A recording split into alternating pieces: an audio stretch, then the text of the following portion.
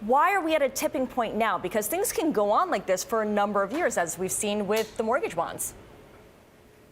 Well, when I look at the recent cohort of subprime loans, you see a number of red flags, and you also see that analysts aren't picking up on how to look at these loans. Again, they're looking at the law of averages instead of looking at the individual loans and what's going on, and the debt burden of subprime borrowers who have had notoriously high default rates in the past, and they're pushed beyond their limits right now with many of the new lending practices.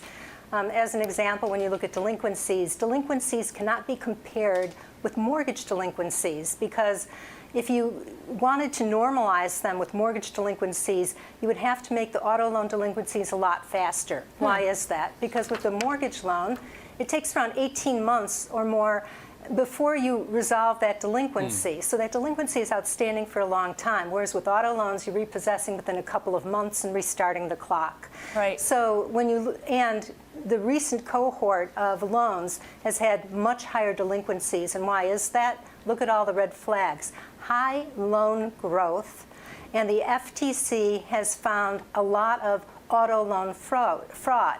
Okay. So people who sometimes are overextending themselves in the first place by buying a car that's 2.5 times of their annual after-tax income.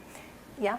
So how big of a deal is this? I mean, you make an argument that there's problems with lending practices, people are getting overstretched, delinquencies are on the rise. But when you think about subprime, you think about this aspect of the financial system that was fundamental to the U.S. economy. I'm talking about subprime housing. How big of a deal is subprime auto lending? Well, you know, that's a good question. It's Joe, right? Yeah. Asking the question, because I can't see you No, from Chicago, but